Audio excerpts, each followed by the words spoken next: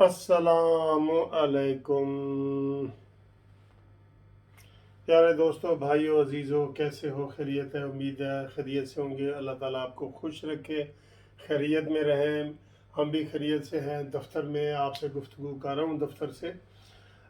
دوستوں، بات یہ ہے کہ کچھ باتیں انتہائی خطرناک ہو گئی ہیں ملک کے حوالے سے، پاکستان کے حوالے سے۔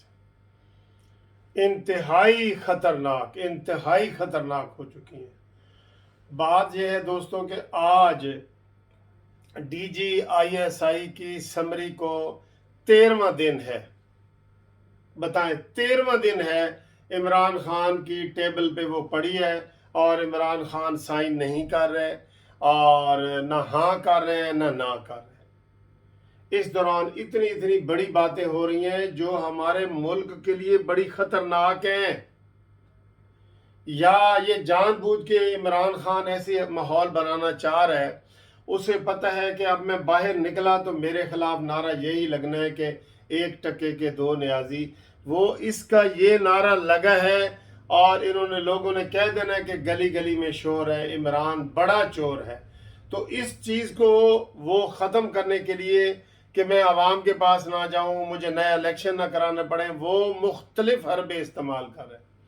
آپ یقین کریں، یہ بالکل وہ جو محاورے ہیں نا کہ باندر کے ہاتھ میں اس طرح آ گیا ہے۔ اب اس کی مرضی ہے کہ اس طرح سے وہ جو مرضی کر دے، اپنے آپ کو بھی نقصان پہنچا سکتا ہے، دوسروں کو بھی پہنچا سکتا ہے۔ ٹھیک ہے، اب بات یہ ہے کہ اس نیازی صاحب نے ویسے بھی ملک کی معیشت کا بیڑا غرق کر دیا ہے۔ ابھی بالکل تازہ یہ خبر آئی ہے کہ ڈالر اکٹھا 2 روپے 2 پیسے مہنگا ہو کے 173 روپے کچھ پیسے انٹر بینک میں ریٹ ہے اس کا، اور 175 روپے اس کا جو ہے وہ اوپن مارکیٹ میں ریٹ ہے۔ بتائیں، ملک تباہ ہوا ہے کہ نہیں ہوا؟ اتنی تیزی سے کبھی کوئی ہوا ہے؟ جب عمران خان آیا تھا تو ڈالر 100 روپے کا تھا، آج یہ 250 روپے کا ہو گیا ہے۔ اس کا ذمہ دار کون ہے یار؟ کون ہے؟ اور پھر کون سے اس نے بڑے پروجیکٹ لگائے ہیں کہ یہ جناب یہ ان سے وہ مانگ رہا ہے کہ جی ہمیں ادھار دو، اور ان سے ادھار بھی مانگے جا رہے ہیں۔ ایک اس کا جو وزیر خزانہ ہے، اب تو وہ مشیر خزانہ ہے، وہ شوکت ترین، وہ امریکہ میں بیٹھا ہے، آئی ایم ایف سے مذاکرات، وہ بھی ناکام ہو گئے۔ ہم خدا کی قسم ادھر بالکل ایتھوپیا صومالیہ سے بھی آگے نکل گئے، نیچے غربت میں۔ اب یہ ہے کہ کسی وقت بھی کچھ بھی ہو سکتا ہے۔ عمران خان کو ذرا پرواہ نہیں ہے، اس کے پاس اے ٹی ایم ہے، بنی گالا ہے، سارا کچھ ہے، وہ گھر بیٹھا ہے، اور بندر کے ہاتھ میں اس طرح آ گیا، کچھ بھی ہو سکتا ہے۔ ابھی میں اپنے ایک دوست کا، ہمارے وہ یوٹیوب بنانے والے ہیں ظفر بھائی، ان کا میں وہ ویلاگ سن رہا تھا تو میرے تو رونگٹے کھڑے ہو گئے۔ انہوں نے اپنے ویلاگ میں کہا ہے کہ عمران خان نے کچھ ایسی غلط باتیں کی ہیں جو بغاوت کے زمرے میں آتی ہیں، جو اس نے یہ قمر جاوید باجوہ کے خلاف باتیں کی ہیں، فوج کے خلاف باتیں کی ہیں۔ خیر، کرتا تو رہا ہے، پہلے بھی کرتا رہا تھا، لیکن اب تو یہ وزیر اعظم ہے، اس کو کوئی ہوش ہونا چاہیے تھا، لیکن وہ دوستو ہوش میں نہیں ہے۔ اس نے ایسی باتیں کی ہیں جس کا پتہ قمر جاوید باجوہ صاحب کو لگ گیا کہ یہ فوج کے اندر بھی پالیٹکس بنانا چاہتا ہے، وہاں بھی یہ اس کے رابطے ہیں، اور یہ کہہ رہا ہے اکثریت یہ کر دو وہ کر دو۔ ہم تو وہ بات کھل کے کر ہی نہیں سکتے۔ وہ ظفر بھائی کے حوالے سے میں یہ بات کر رہا ہوں کہ انہوں نے کہا جی کہ مجھے بڑے معتبر ذرائع سے پتہ چلا ہے کہ عمران خان یہ گیم فوج کے اندر کر رہا تھا اور وہ پکڑا گیا ہے، اور اس کو جناب اب قمر جاوید باجوہ صاحب کو پتہ چل گیا ہے، اب اس کے اوپر ری ایکشن ہو سکتا ہے۔ اب یہ باتیں ایسی ہیں کہ جو اگر پبلک میں تھوڑی سی بھی لیک ہو جائیں تو عمران خان کی سیدھی گرفتاری ہو سکتی ہے، سیدھی، کہ اس نے ایک بغاوت کیا ہے، آرٹیکل 6 اس کے اوپر لگ سکتا ہے۔ ایسی باتیں وہ کر رہا ہے، اپنے پاس سمری، اپنے پاس فائل لے کے کیوں بیٹھا ہے؟ وہ کوئی بتا سکتا ہے؟ اس کی ریزن بتا سکتے ہیں یہ؟ اب ہمیں یہ اطلاعیں آ رہی ہیں، یہ افواہیں آ رہی ہیں، افواہیں ہی ہیں، اطلاع تو نہیں ہے ابھی کوئی بھی، کہ جناب فلانے وزیر نے بھی عمران خان کو کہا میں بھی استعفیٰ دے رہا ہوں، میں بھی استعفیٰ دے رہا ہوں، اور کل وہ سلیم صافی نے کہا ہے کہ یہ بڑا بنتا ہے اس سے، میں کہتا ہے جی سلیم صافی نے کہا جی میں چیلنج کرتا ہوں کہ یہ 5 اپنے وزیر کہے کہ یہ میرے ساتھ کھڑے ہیں، اگر میں فوج کے ساتھ پنگا لوں اور یہ 5 بندے میرے ساتھ کھڑے ہیں، ان 5 کے نام بتا دے، کہتا ہے جی میں چیلنج کرتا ہوں۔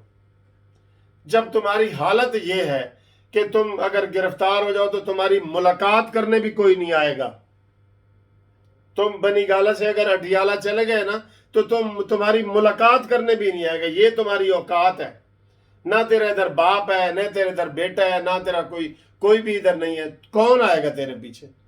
کزن بھائیوں کے آپ سن لیں وہ کیا آپ کے تاثرات ہیں۔ حفیظ اللہ نیازی صاحب ہمارے بھی دوست ہیں، بھائی ہیں، آپ کے ریئل کزن ہیں، بہنوئی ہیں، ان کے ویلاگ دیکھ لو، ان کے آپ کے بارے میں کیا خیالات ہیں۔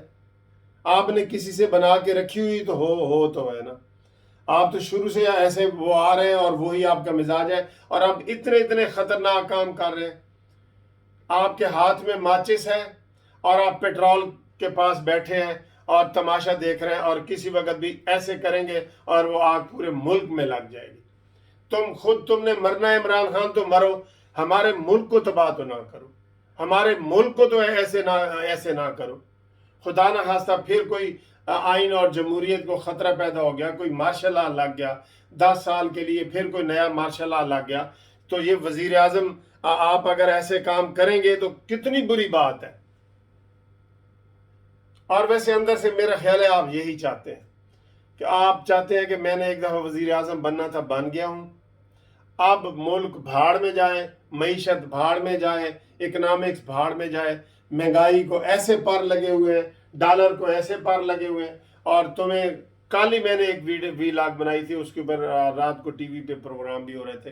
چلو تم کہتے ہو جی پیٹرول مہنگا ہوا ہے کہ عالمی منڈی میں قیمتیں بڑھ گئی ہیں، کیا گندم کی بھی عالمی منڈی میں قیمتیں بڑھی ہیں؟ آٹے کی؟ کیا چینی بھی عالمی منڈی کا حصہ ہے؟ کیا چاول اور یہ ساری چیزیں عالمی منڈی ہے؟ یہ تو ہمارے اپنے گھر میں پیدا ہوتے ہیں۔ آپ کو شرم آنا چاہیے کہ آپ لوگ ادھر بھوک سے مر رہے ہیں اور آپ جناب گل چھرے اڑا رہے ہیں اور بنی گالہ میں بیٹھے ہیں اپنے شیرو کے ساتھ۔ یہ ملک تمہارے حوالے ہو ہی گیا ہے کسی طریقے سے، تو آپ اس کو اس طرح برباد کر کے تو نہ چھوڑو۔